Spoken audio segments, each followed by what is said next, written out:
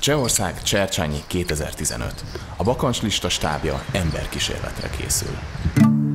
Itt nagyon szeretik az emberek a sört, és állítólag erre az egész túrára jellemző lesz az, hogy isznak az emberek. Céljuk, hogy megtudják, mennyire rombolja a teljesítőképességet a sör. De előbb el kell dönteni, ki viselje a kockázatot. Tehát fej vagy írás? Fej.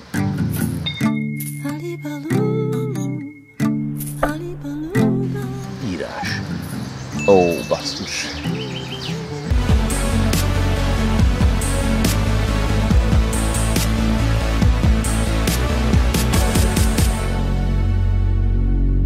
A kísérlet során mérőműszerekkel figyelik az alkoholszintet, a vérnyomást és a pulzust. 0. A kísérleti alanyok bizonytalanok. Én egyre nem tudom eldönteni, hogy most örüljek-e ennek, vagy nem, mert így tök jó lenne sörözni egy csomót az út közben, de azért félő, hogy kiszáradsz, vagy nem tudom, szóval azért vannak ennek így kellemetlen hátulütői.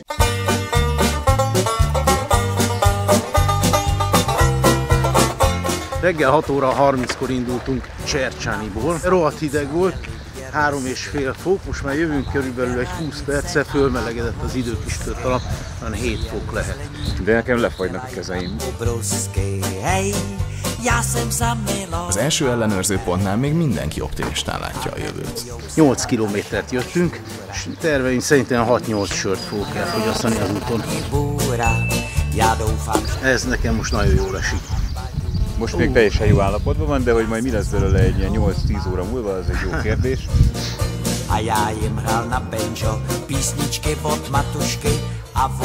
Megvirágosodott a hangulat, de is minden. Az első sör az mindenképpen jó hatású. A Praha-Pricsice 16 útvonalán egyszerre 22 000 induló túrázik. A leghosszabb a 70 kilométeres út.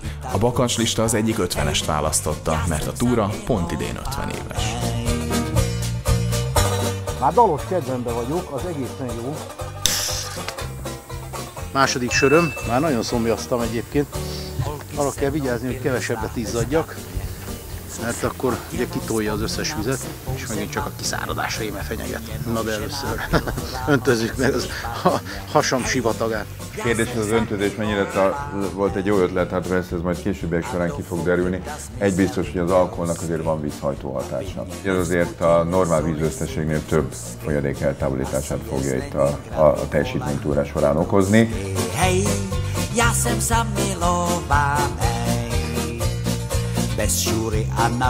Már egy kicsit olyan leült a kedvem, meg egy kicsit ilyen pókhálós lett az agyam, nem mentem itt és vártam a 15 végét, de most már sokkal jobb.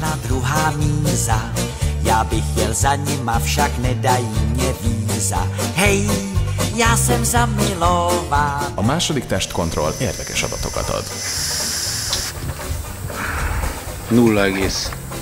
22 000.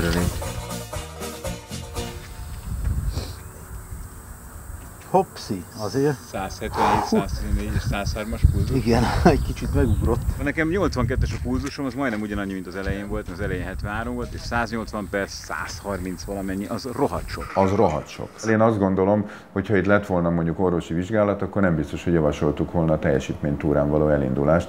Szóval itt valami akkor nem stimmel, itt a háttérben meghúzódhat valami csúnyaság, nevezzük hipertóniának, magas vérnyomás betegségnek, amin érdemes elgondolkodni, hogy akkor mondjuk gyógyszer nélkül nekivágni, és azt gondolom, hogy mázia volt, hogy a fej vagy írás buliba ő azért a vizet kapta. A túra előre haladtával a két tesztalany hangulata egyre nagyobb mértékben tér el egymástól. Nekem a szemembe csillognak a könnyek, és ez nem a sírástól, hanem a jó kedvtől. Féltem attól a szereptől, hogy ha majd elkezd szétesni, meg megbolondulni, kezelhetetlenné válni, akkor az biztos vagyok benne, hogy szórakoztató is lesz egyfelől, másfelől meg ki a fenének van kedve 12 órányi gyalogolás során baromságokat hallgatni adott esetben, vagy terelkedni, hogy gyere már!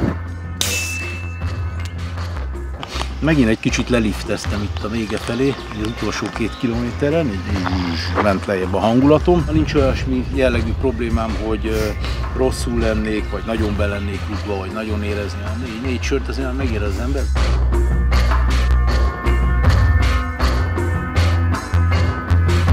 Én ilyen tök kattatón állapotban jövök. Igazából az, hogy áldon aszfalton csoszogsz, az egy idő után olyan demoralizáló. Sok az aszfalt. A tesztalanyok egy igazi cseh kocsmához érkeznek.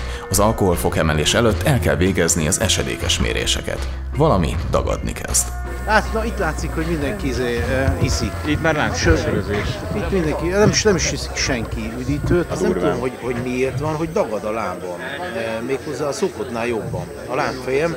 Már harmadszor enyhítek a cipőfűző szorításán. De ez a fajta fizikai megterhelés és az alkoholfogyasztás mondjuk élettani szempontból nem kifejezetten tesz jót a keringésrendszerre, hiszen mondjuk a teljesítménytúra amúgy is igénybe veszi az embert, amúgy is ugye egy kicsit megpörgeti az anyagcseréjét, erre még rádobva az alkohol, hát azt gondolom akár egy ilyen veszélyes állapotú magas vérnyomás kiugrást is okozhat. Semmi különösen nem érzem magam, fáradt vagyok rohadtul, de nem érzem azt, hogy ilyen magas lenne a vérnyomásom, 182/123.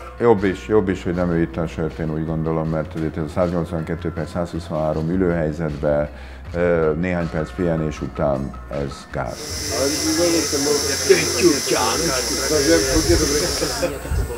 Aha. 38%, ez pontosan 3,8 sör szinte, mert ugye volt 3x fél liter, 3 üveg, meg egy pohár. 142-110 visszaesett.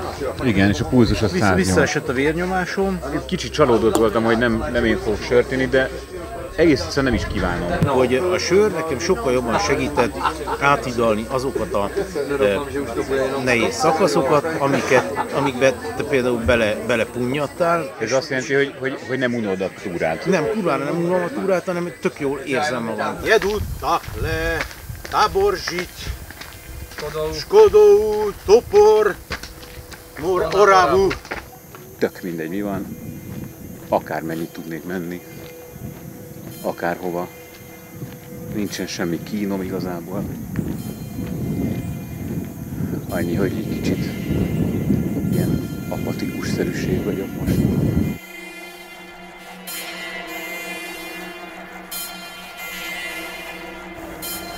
Négy óra 40 perc, és a 6. sör.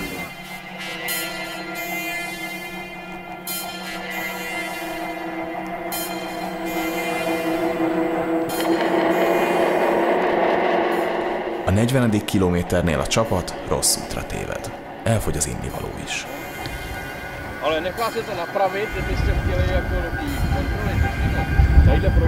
Kicsit felhúzott ez az eltévedés, mert én mondtam, hogy nem jó fejjel jövünk, de hát azért a navigáció nagymestere is.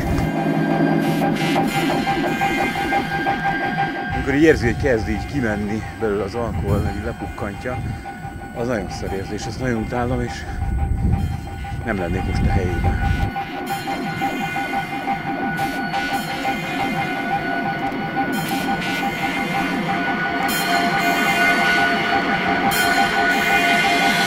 Na, csak nem sörhöz jutottál? Jaj, de mikor? Már kifogyott belőlem a sörlendület is.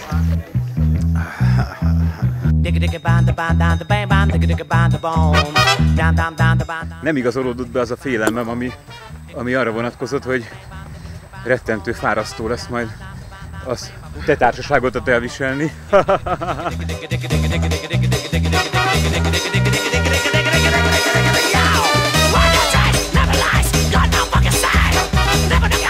Láncsöröző lettem.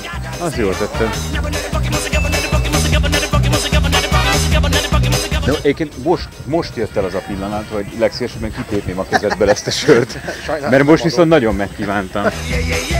A 45. kilométernél drámai hiányt fedez fel a sör miatt figyelmetlenné váló tesztalany. Szerintem Mi nincs meg? a bot. Elhagytad a botodat? Ott hagytam a izénél. A föntinél ráadásul. Kocsival visszajövünk egyből. Föntinél. Az alkohol azonban hamar feletteti a bosszúság érzését.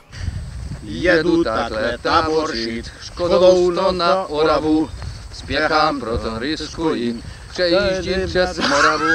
Řádí tam to strašidlo, vystupuje z Vážin, žere hlavně Pražáky, jmenuje se Jožin. Jožin z Vážin, močálem se plíží, Jožin z Vážin. Úgy érzem, hogy itt vagyunk a célban. Jožin z Vážin, už si zuby brousí, Jožin z Vážin, kouše sajer dousí. A célban újra nagy a bizonytalanság. Nem tudom, mire számítsak, egyszerűen megfújom. Összesen 8 sör van bennem, azaz 7 korsó és egy pohár. 65. Ez egy normál alkoholfogyasztás mellett gyakorlatilag talán ilyen pici ellazulást, nagyon kis mozgáskoordinációs zavart okoz, és már semmi egyebet. Gyakorlatilag nem érzem, hogy sok sört ittam volna. Nagyjából távozott belőlem különböző utakon. És az utolsó vérnyomásmérés. Jézusom! 217/203, 87-es pulzussal. 87-es pulzus az nem sok, de ez a 217/203. Nem vagyok orvos, de szerintem az elég keménynek tűnik. Itt valami méréstechnikai probléma volt ezzel a dologgal. Ez nem hihető élettanilag ez a dolog. Nagyjából úgy, mint a kollégája, ott lehetett valószínűleg az önvérnyomás értéke. 189/130, 94-es pulzussal. Igazából nekem egész nap alig változott ebbe, ez a marha érdekes, hogy reggel majdnem ugyanennyi volt. Ez ugye már nem úgy volt, hogy rögtön megálltak és rögtön fölcsapintották, hanem ott már azért üldögéltek egy kicsit. Hát az 5 perc az mondjuk a pulzusszámból is lehet látni, hogy itt visszament. Szóval a kollégájával a vérnyomás szempontjából gond van. A sörívás, mint olyan, mennyire hagyományos? A sör, mint tökéletes izotóniás ital, természetesen hozzátartozik a pricsicai hagyományhoz, és mértékkel fogyasztva csak segíti a túrázók teljesítményét.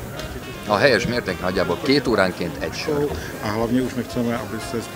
Én azt gondolom, hogy itt meg lehetne találni ezt az arany középutat, ami annyit jelentene, hogy mondjuk a megfelelő folyadékpótlás izotóniás különböző italokkal, plusz még időnként egy pohár sör, ami az alkohol ellazító hatásával talán egy kicsit reménytelibbé teszi a még lesétálandó távolságnak a reális felmérését, az lehet, hogy mondjuk az arany középút szempontjából egy elfogadható dolog. Neked valószínűleg voltak olyan 10-15 perceid, fél óráid, amik élvezetesebbek voltak, mint nekem. Én úgy éreztem, hogy amikor szomjas vagyok, iszom belőle, és éreztem, hogy nem lépek túl egy határt, akkor nem lesz. És nem volt olyan érzésed, amikor úgy érezted, hogy rohadtul nem sört innál, hanem valami más? Tehát, hogy így nem kívántad? Abszolút nem volt. Na, az tök jó. Hát akkor ígyunk rá egy Fernét, hogyha már itt vagyunk Csehországban. Egészségre, gratulálok! Egészségére!